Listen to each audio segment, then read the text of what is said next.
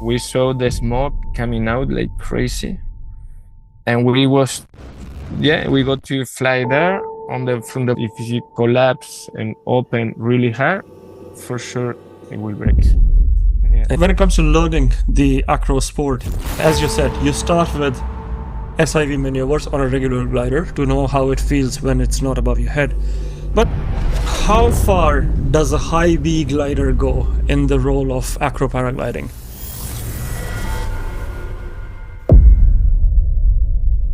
Hello everyone, welcome back to Paragliding Atlas. I am Aninder Singh, and this time around we will be joined by a very special guest.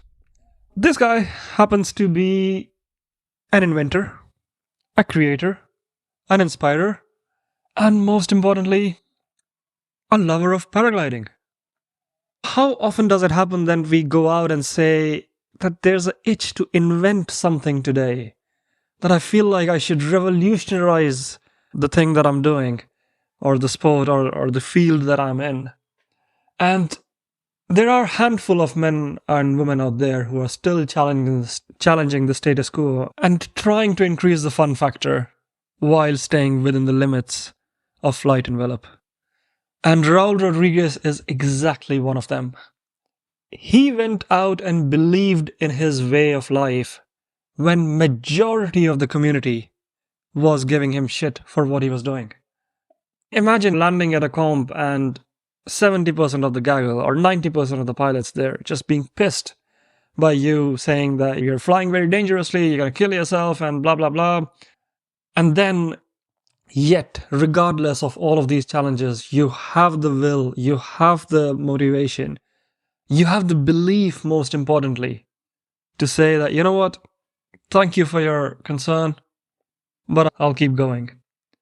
And eventually, because he did not give up back then when he started, and, as you will find out in the show, that he found a really good bunch of friends and made a beautiful tribe that went around the world, he was able to create something so unique that it has essentially become one of the most important parts of the sport that we practice.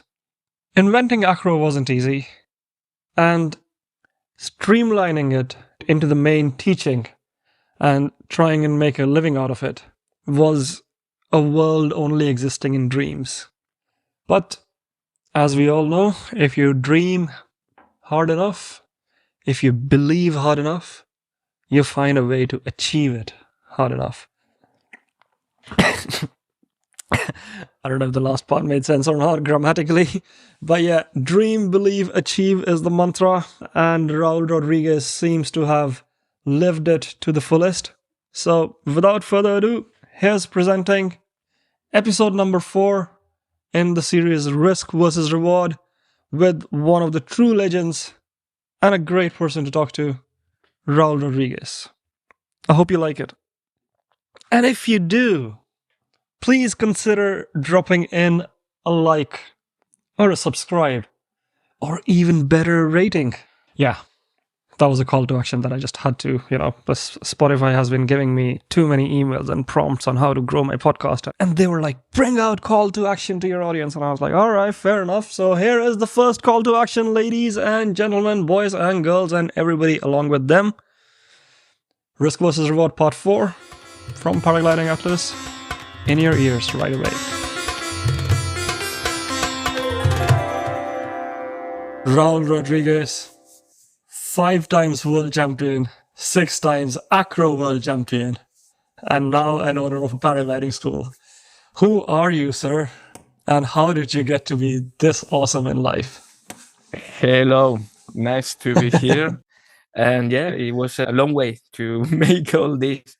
But the beginning was because my father, he was a really crazy sportive guy on these early times. He created a school teaching friends, so I was there. And from 12 years old, I started to fly. And from there, I think that this was my way of life, that the only way I want to live, like flying. It was progressive. For me, the most important was, the thing that I really love these times every day, and still now is like I can learn something every day, learn something, some small move or something about the wind, about the thermals. It was a long way, like competing in cross country on these times, to learning how to move to the mountains and in the distance. But at the same time was more my passion, like control the glider maneuvers. So really from the first flights, I was thinking that I want to fly straight. I need to fly making something better than straight. And so I start to break and release and making of dolphins. I see on the magazines, the Paragliding Spanish magazine, that all the DHB maneuvers. So I had a list of maneuvers. So I was like, 12 or 13 years old. And then I see this list and tell to my brother Felix. He started also to fly at this time. And I tell Felix, this is the list of the maneuvers existing. This is the maneuvers we need to control. But it was no one that I can ask around because we live in the middle Spain, like flatlands. Only my father and me and my brother flies. But I was playing all of this alone and teaching to Felix and then also to Horacio, my cousin. And very soon I finished all the list. So it was like the list was just like, yeah, B stall, collapse, and spiral, and full stall, and negative, and not many things more. Like really, I finished very fast all the list. So I practice a lot this, but then I need to get something new always. I was pushing all these maneuvers a bit on the limits, trying to find something.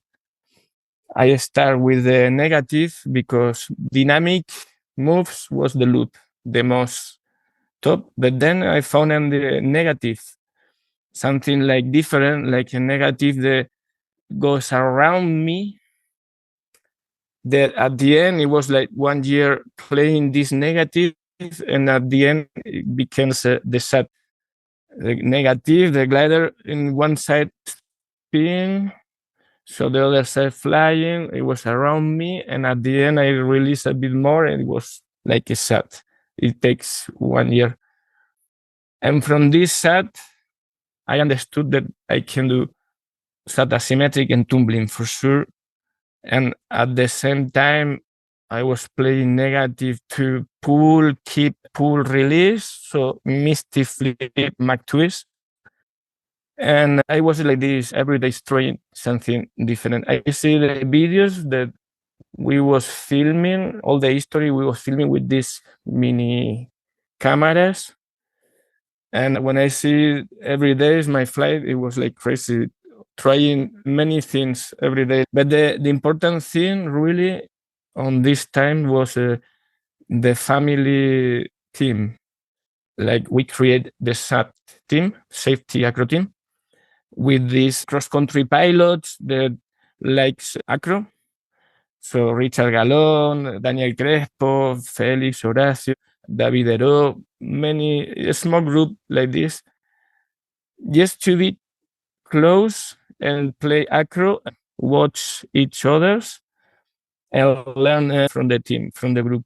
And this group created the good wave to be safe and play very hard, like crazy. Like me alone making maneuvers is good, but trying to be close to your friend making maneuvers is really incredible. Still is the best feeling I have. Like now with last years with Horacio, my cousin, doing block hook maneuvers like stall maneuvers connected with the feet, block hook. For me, the most important really from always was more like create maneuvers was most important than be the best on the competitions. It was crazy, but for sure, new maneuvers give me more energy for me. 100%, man. And we all know sharing the joy with your near and dear ones increases it tenfold. So I can imagine how amazing it must be exploring all these new experiences with your friends and family. Can you share with us how did your visualization look like? Like how did you dream? Did you have dreams like this? Or how did you plan to go out and make all of this happen? What was your thought process during all of those years when you were progressing? And yeah, I was really progressive on the maneuvers learning. From the beginning, like a spiral, I was really progressive on the energy, not going to the maximum spin, just making used to the energy.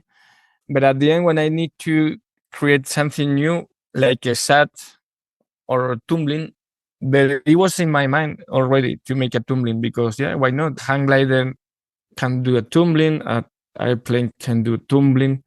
Why not a paraglider can just go to the front like one? It was the idea to make one turn for sure. And then I was trying a few times like tumbling, but it was not really nice out of my understanding. So I was really progressive from sat to sat asymmetric to tumbling lateral to more vertical. It was really day by day making a bit of progression on the inclination of the sat. But then in 1 year or 2 years, we was like nice tumblings. And then it was the first time it was one turn. So then the objective was to make more turns, like 2 turns.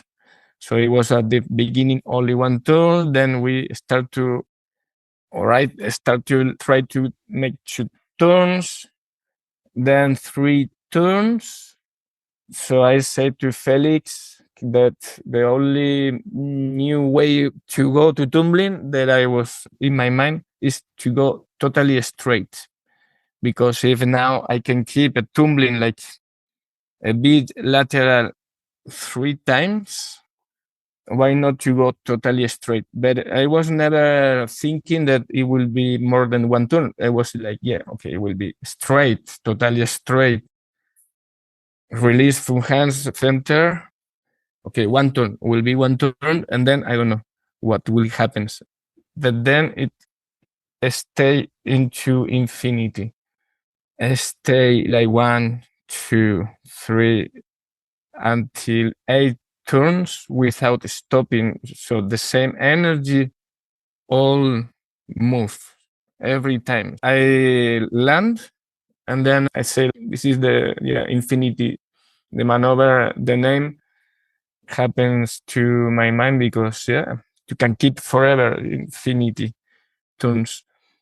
I was thinking in all the progression from sat to infinite to tumbling, but I never imagined that infinity can happen because nobody tried. I was real not on the progression. Progression can be straight one turn, but to keep infinity was a idea that I never imagined. So at the end, all the maneuvers I was thinking, imagine these maneuvers progressive, like with more energy or combinations between, like dynamic and negative. But infinity really appears like it was a dream. The most important at the end, the perfection. From sat to infinity takes me 5 years of progression. Wow. So that's 5 years of pure hard work, going out, dreaming, and putting in the effort. Years. And at the end, the last maneuver to be like crazy was infinity. And all the rest maneuver was in between these 5 years. So all the synchro and solo, twist, Misty Elite, all these maneuvers that we played, Twisted from 2003. Then I was playing Twisted, like simple maneuvers, like little winovers or spiral or stall. And also Misty Flips. It takes 10 years that other pilots for less start to play Twisted. It was 10 years, like alone playing Twisted. But the guys don't want to play. They said it was like crazy. They even don't want to try. But at the end, Theo and team start to play Twisted, and now everybody is Twisted. No? But that is good because Twisted is very important into the progression. It makes it increase the number of combinations, because normal spiral, like to the right, you can go twisted to the right, or you can go twisted to the left, so in the same spiral, or you can change the twist. So in one maneuver, you have 3 maneuvers more twisted combinations. And this happens in all the maneuvers, so you can make all with a lot of variants of twisted. That is, for us, is a maneuver. Every new twisted combination is a maneuver, because you need to learn the move, and it's different totally if you twist right or twist left or changing the twist. So the game now is really funny, complicated. They have a lot of possibilities.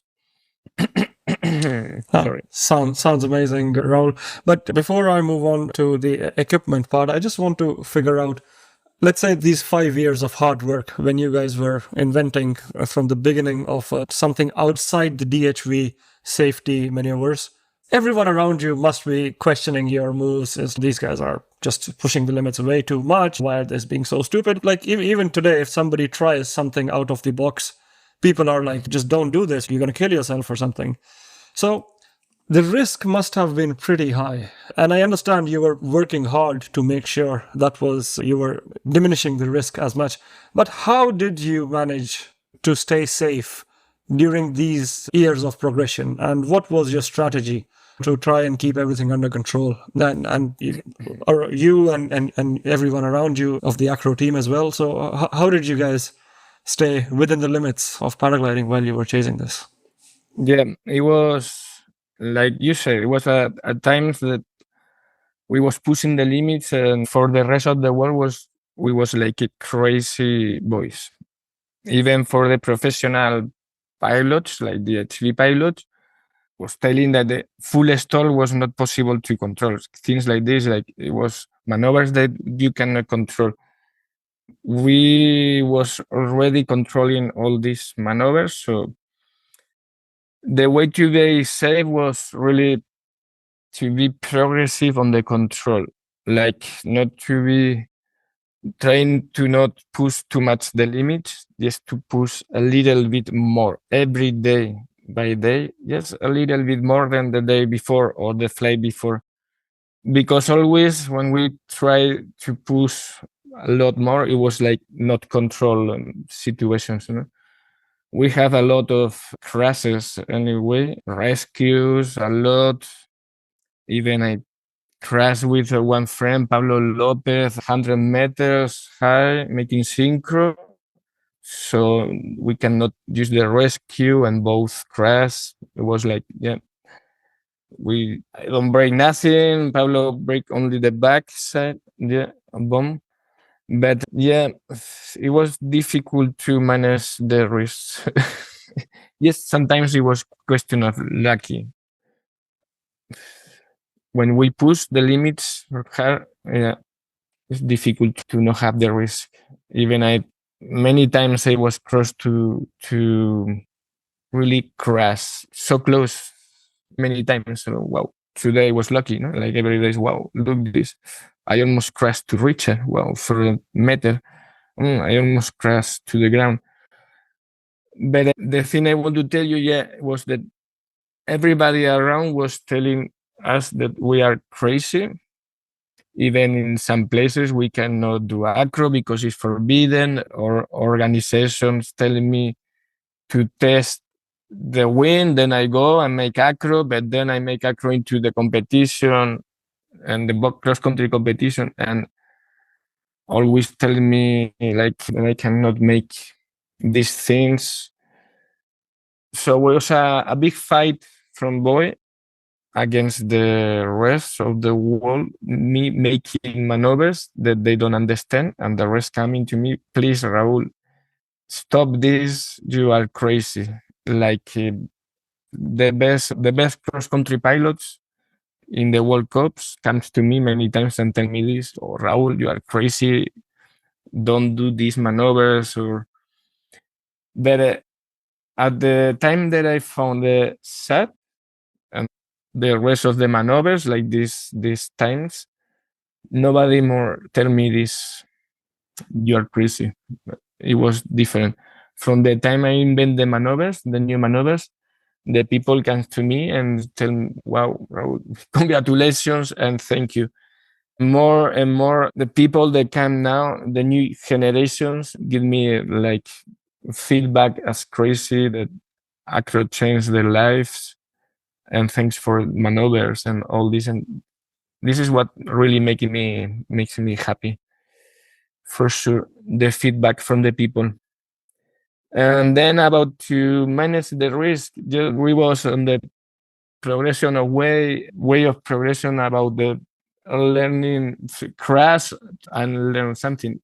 We crash or we have some problem, and then we learn.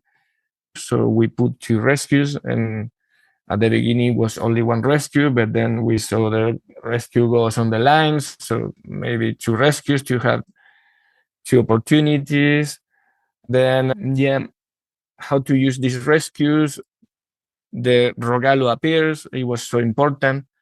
So Rogallo give us the possibility to use the rescue and go maybe to the landing and safe landing. We learned to use the rescue, and finally it becomes our best friend because always it saves our lives. We learned to use the rescue, take the glider, land safe. So like this, on this time, to use the rescue was not a big fear, or we always have fear on the maneuvers. When I'm going to the box thinking that I will do something new, for sure I feel, wow, I know I've been 3 times inside the glider. So it can be, again, for sure. So I'm scared. I feel fear on the way to the box. But then you need to decide if I will do or not. And I always decide to try. And at the time I decide to try, the fear disappear. Then I just focus in the maneuver. So with the rescue is the same. When you never use the rescue, it's like so scary. It sounds like crazy that maybe you will die, or I don't know. But really, when you use the rescue many times, then you need understand that it saves your lives. As soon you are out of control, use the rescue.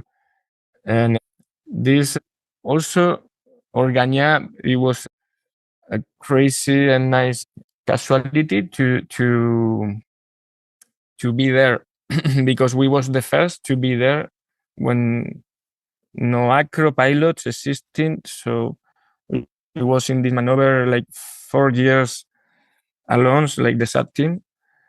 And the place is really safe because all the mountains have little trees, and then the landing is like clean.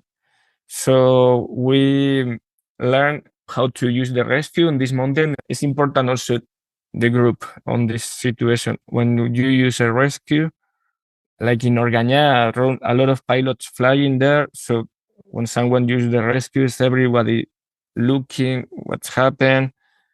If the pilots close, can fly and be really close to the pilot, like to see if he's okay. And this gives you some kind of a good feeling. If I fly in Orgaña with nobody alone, and then I use a rescue, it can be a problem. I don't know, maybe I land on the mountain, cannot escape from there, nobody see me. You alone is not the same as with the group. So for the safety also, this group, like your friends, or like in Orgaña, is everybody a big group, a family that everybody look to the other, and we all talk and learn from the others. is important. I think we have a very good progression in Orgaña because the group make you progress safety, like better feeling and also like safety.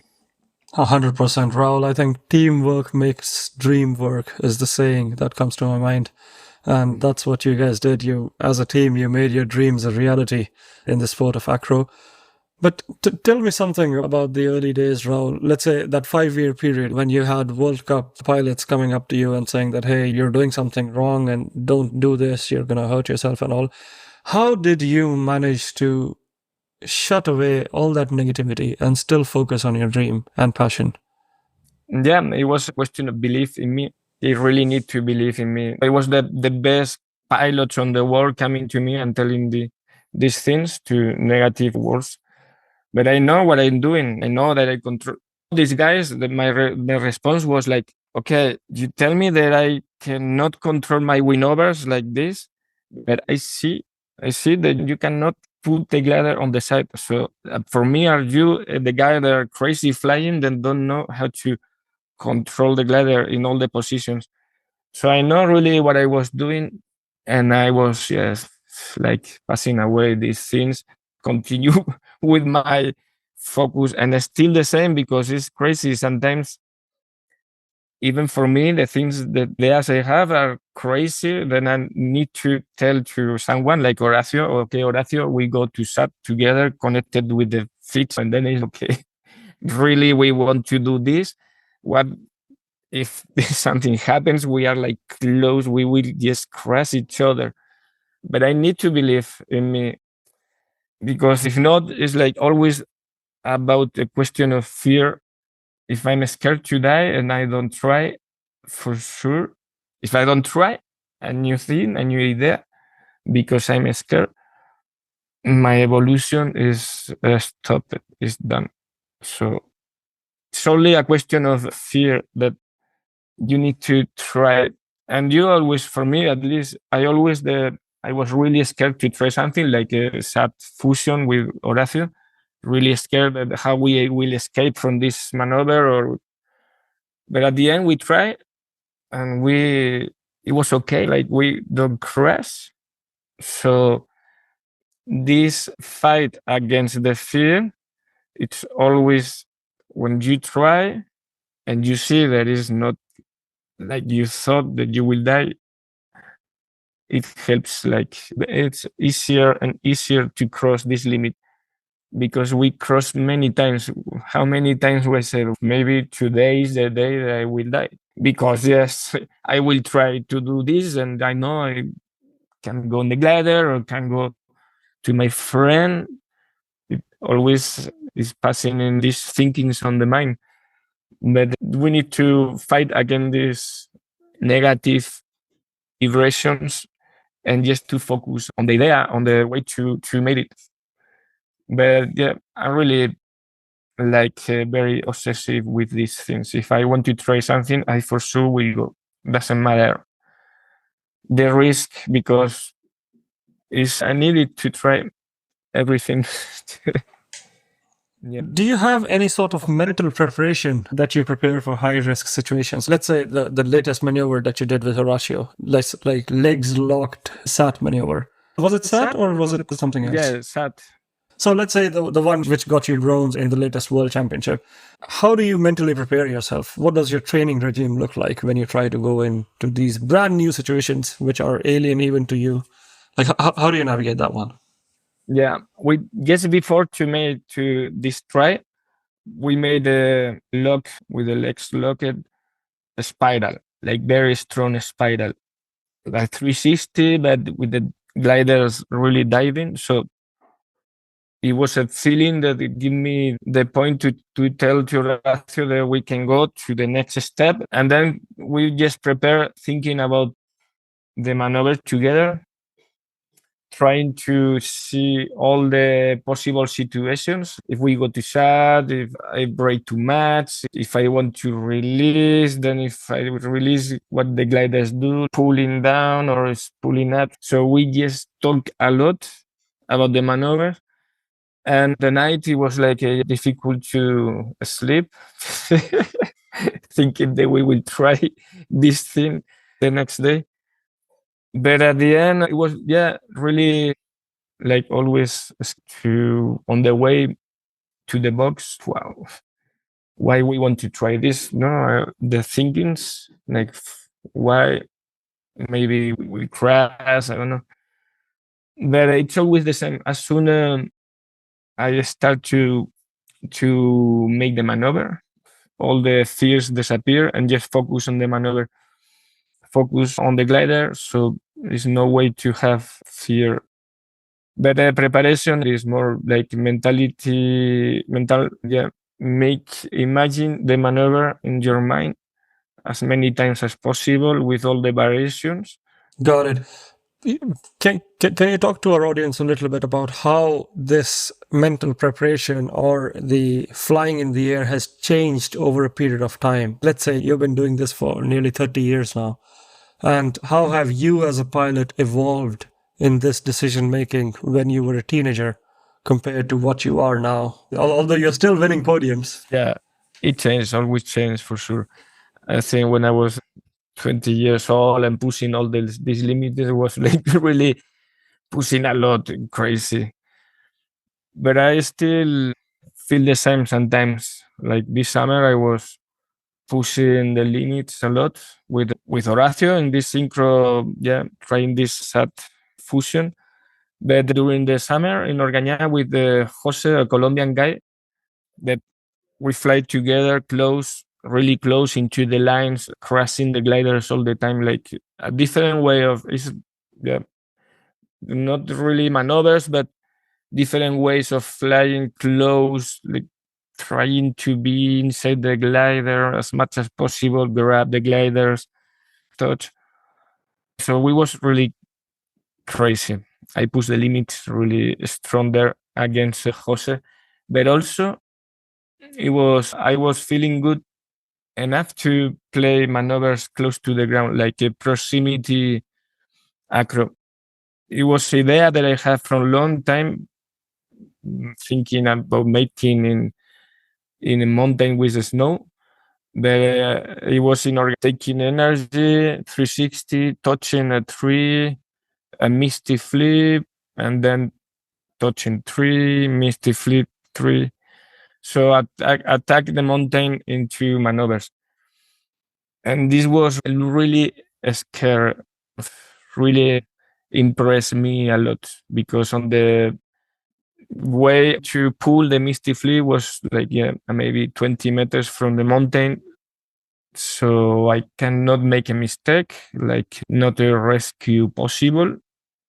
But it was the feeling, it was different on the same maneuver. Misty flip was really different to make it close to the ground than in the sky, like in the box that you have no reference. So close to the ground was like really focused me on the maneuver, on the energy, on my all move, rotations, energy. And I play this like really hard. I found the limits. Yeah, absolutely. I almost touched all the mountain all the way down, touching the trees, making misty flips and Mac twists. Misty flips one turn and Mac twists 2 turns. Sounds so exciting. In fact, I saw a Instagram video of yours. I don't know which size ozone were you flying, maybe 14 or 18. And you were doing helicos so low to the ground. It was is this? It's the same one that you're talking about? Yeah. But not helicos, like misty flip rotation, one turn, just to escape again. But so close, like really between the trees. So crazy. The rest of the acro pilots there was not, no one wants to even try. So I was pushing really hard. So it's different from when I was 20, but I still like to push a lot. Can I ask you, why do you push so hard? I need to really understand everything. I want to try to create as much as I can. Create a new maneuver for me is so important, really, or a new style. Create proximity acro is wow. So it's something new maybe in the future the rest of the pilots will do it. So for me, it's the best feeling to create something that in the future everybody can play, but for sure they stay for everyone they wants and into the future forever. So it's a crazy thing idea, like maneuvers like infinity, it will be infinity forever for everyone.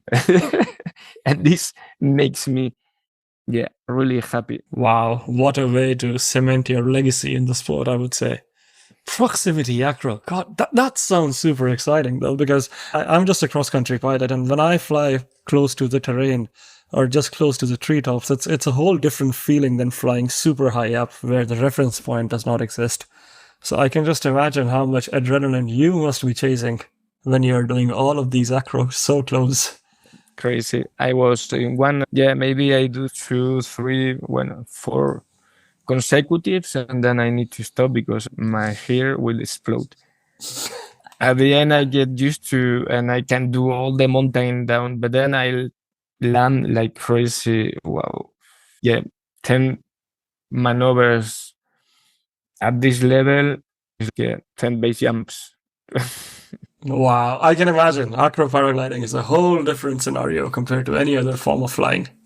Yeah, but on the idea was not like at this proximity acro, we will have on the mountains, like big mountains with cliffs and trees.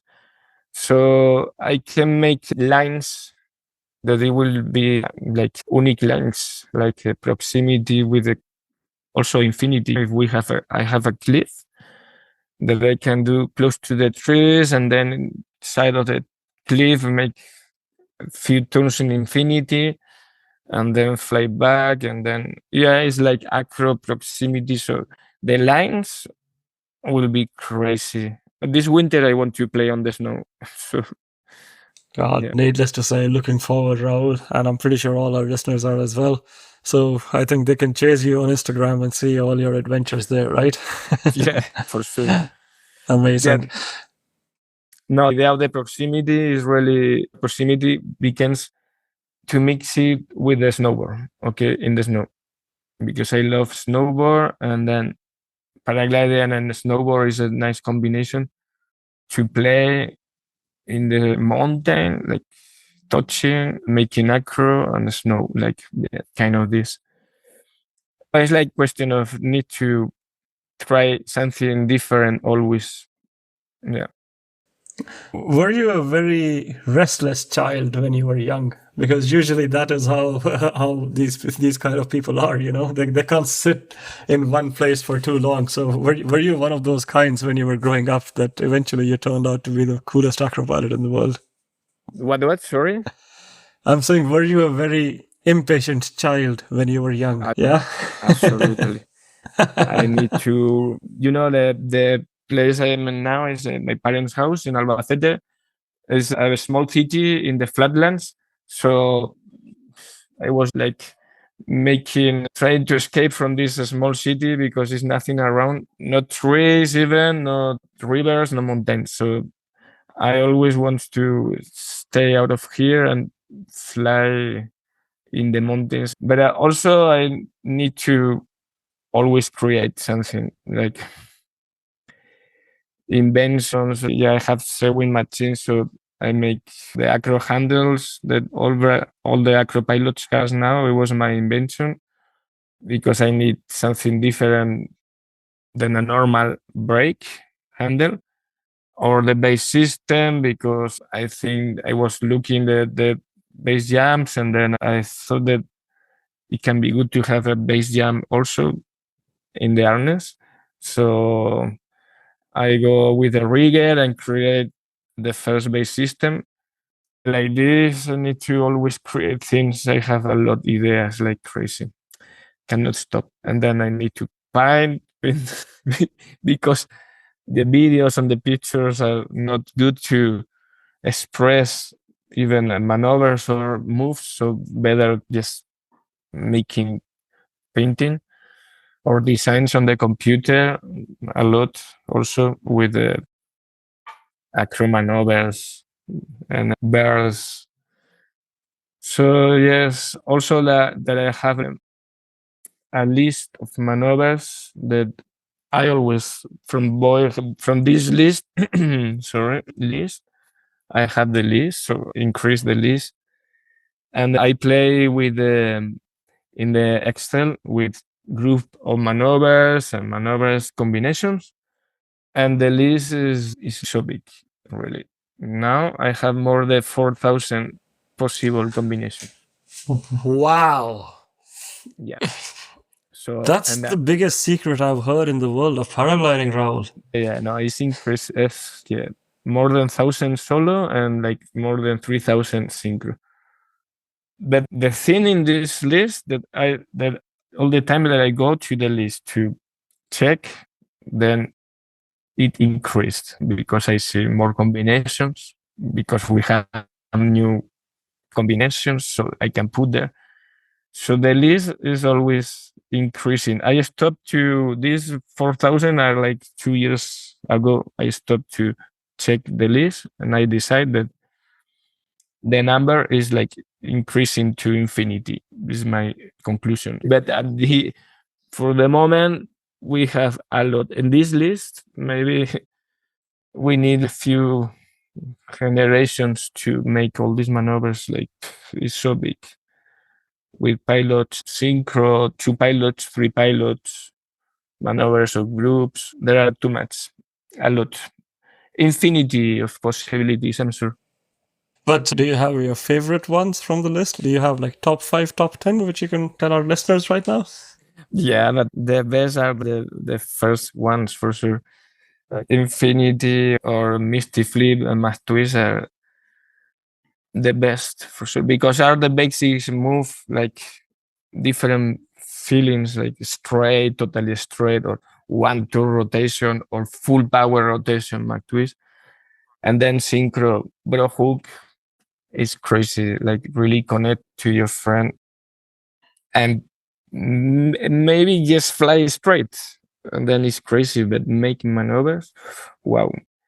Yes, and for future maneuvers, yeah, I have some that I really want to play, like, but need to be in groups for pilots, maybe 5 pilots. But there are a lot really beautiful combinations I need to try for sure. Is it is it a secret list or do your friends get to see it now and then?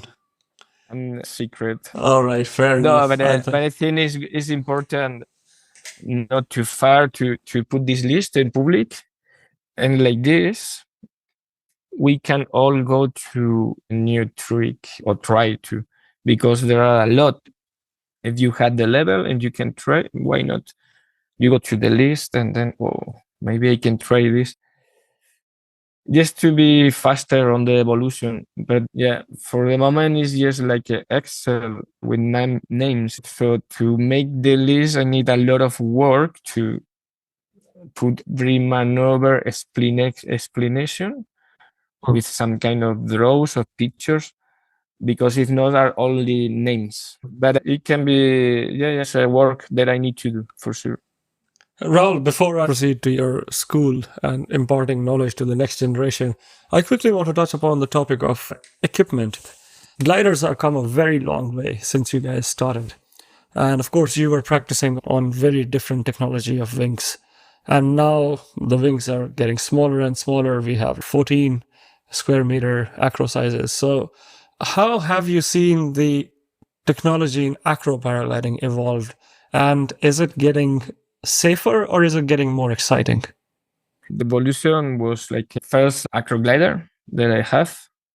It was Millennium from Nether. There was the cross country top glider, but it was good to set at least, because at these times when the SAT appeared, then we tried with other gliders, and it was like not all the gliders can do SAT. More of them collapse the tips, the cross country gliders, as because the competitions and that we ask for small sizes and less aspect ratio to this SAT maneuver to not collapse. It was coming the gliders better and better. Like in 2 years, 3 years from the first competition with the gliders was really crazy good, making perfect tumblings, all of the competition acrogliders.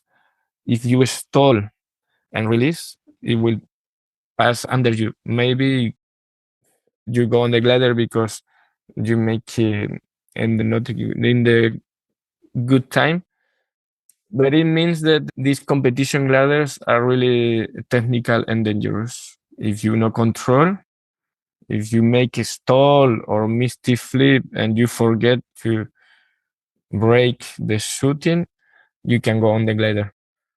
I quickly, when it comes to learning the acro sport, as you said, you start with SIV maneuvers on a regular glider to know how it feels when it's not above your head.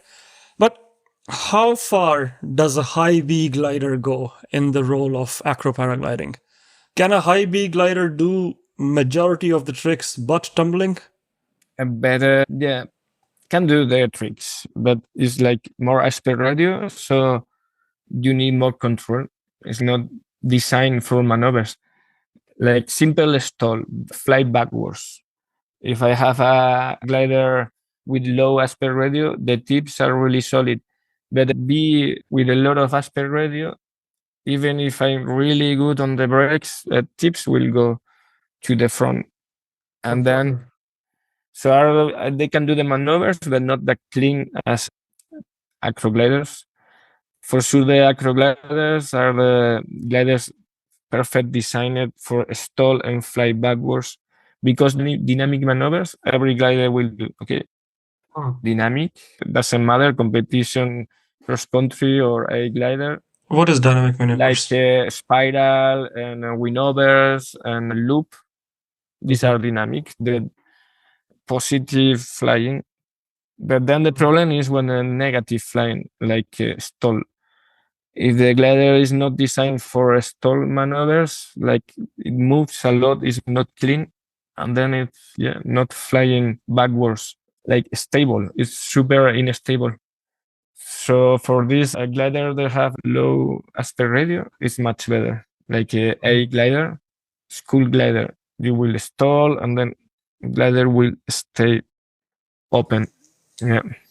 Can you damage the fabric or the stitching of a cross-country glider if you try and put it in some sort of introductory acro paragliding? We will not be damaged by the maneuvers like themselves, like in a spiral. You will have a lot of tension. But the problem is, for me, I think, is when you get a collapse in the maneuver, like a win over. You make a win over and then collapse, and then it opens really hard. Then you can then break the lines for sure, all the fabric in the reopenings from collapses into the maneuvers. Maybe the maneuver is not that strong, but if you collapse and open really hard, for sure it will break. Yeah. Makes sense. Makes sense. Let's talk a little bit about your latest project, Raúl, the one which you're doing with your cousin Horacio, Fusion Paragliding School.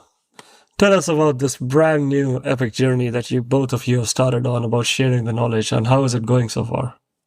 Yeah, we started with this idea a few years ago. I make a lot of SAV courses before, but now the idea is just to teach. But we don't make a lot of courses. We're more focused, at least this year, we were focused on the competition and training. So we did 1-2 courses only. But the project we have now we are focused now is a film from the family about the history of the acro. And so it's a film that we will try to sell to like the Amazon or Netflix, or so a big film from the family that we already close to finish filming, and will be finished in July next year. So this is our big project now. We have more than 300 hours of filming from the beginning of the acro, from the first maneuver. All the maneuvers are filmed. We film in all the parties, the trips, the family life, the maneuvers, the competitions. Yeah, this is the big project. Love it, love it. I think sharing the intimate journey that all of you guys have had together with the audiences around the world is going to be priceless. So cannot wait for July next year to come around. And But Raul, while we're talking about filming, I forgot to ask you this. GoPros have just grown up in popularity, and acro paragliding or any sort of paragliding comes with its own challenges of lines being thrown around your head or somewhere around that. When a new beginner is going out there with a camera, how have you navigated filming in flight and staying safe while doing that? Because any external attachment is quite a risky thing in paragliding. Yeah, the best place is to put it in the knee. It's like, helmet, GoPro is dangerous, really. In case you have a collapse, lines can grab the GoPro, even the brake line. So the helmet GoPro is like really not, I don't suggest to use it because really dangerous, but I use it there. I use in the helmet because it's the best view. But for me, the most important, if I want to check and make a report from the pilot, is the camera on the knee, GoPro face to the glider, so I can see like the head and the arms and the glider, and then all the moves. Then I can check. Yeah, I think GoPros basically opened up a whole new world which people were not able to. for sure. At the beginning, we need to use cameras like with mini DV cassettes. So it was a big cameras, and then we need to buy the grand fish eyes, and then this we need to fix by tapes on the knee, on the helmet, just because it was not possible to put in another way, only by tape all around. And then when GoPros appear, it makes our progression faster. Yes. Makes sense. We are almost reaching the end of the show here with the time that we have. I quickly want to touch upon a topic with your school. That this is a question that I forgot to ask you earlier, that when a new student comes, from an instructor's point of view, if there are any instructors listening to this, how do you assess the student and how do you decide giving that how to design the progression for the instructor or for the student that comes in? For me, it's a work of a psychology work.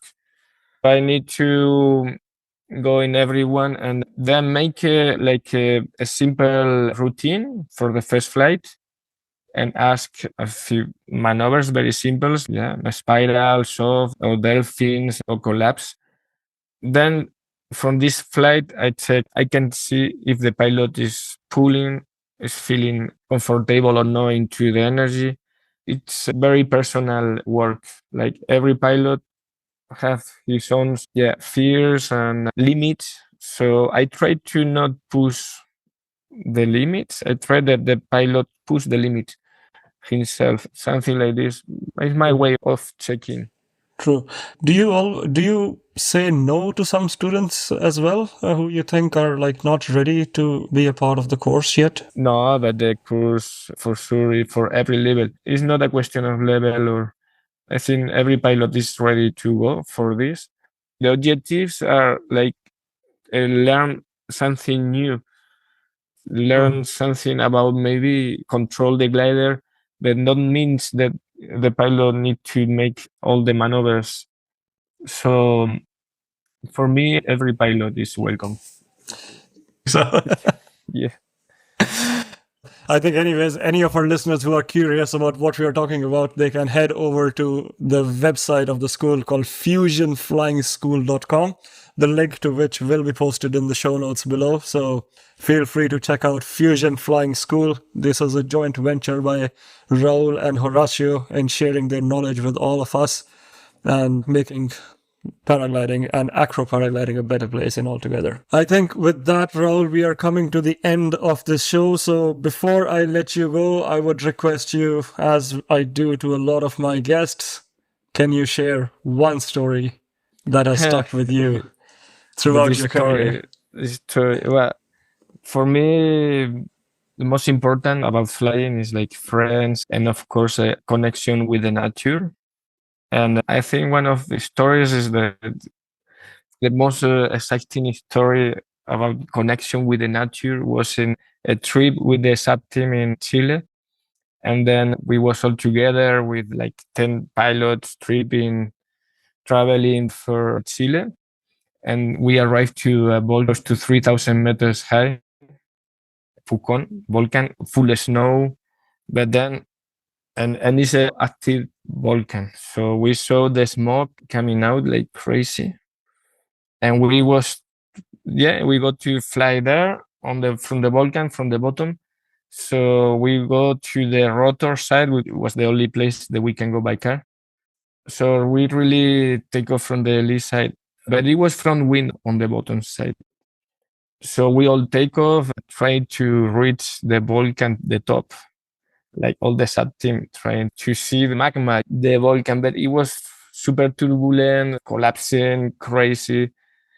And all my friends just fly down because it was so turbulent, and I was there fighting.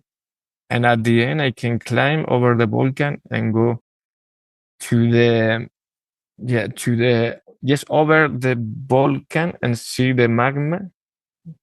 And the whole voice, I was just there watching, and some little magma was like coming out and inside again, and it was like, wow. Then I top land there, and the mountaineers that they were there, it was like calling me crazy because they took 8 hours to climb, and I was like in normal shoes. But, it was so funny. Then I know I can take off again, so it was a nice experience with the nature. But there are many stories, like a lot. So I can imagine, and no one podcast episode can do justice to the amount of experience and the excitement you have had in your life. So we'll be sure to bring you back for another one, but flying over a volcano is not something that a lot of people can boast about, but neither can they boast about inventing acro. So you are one of a kind, Raúl, and it's been an absolute honor and pleasure to have you on the show and have you in the community and have you as a part of the paragliding sport as a whole. Thank you so much, Raúl. It's been a pleasure. Thanks to you for the invitation, the experience.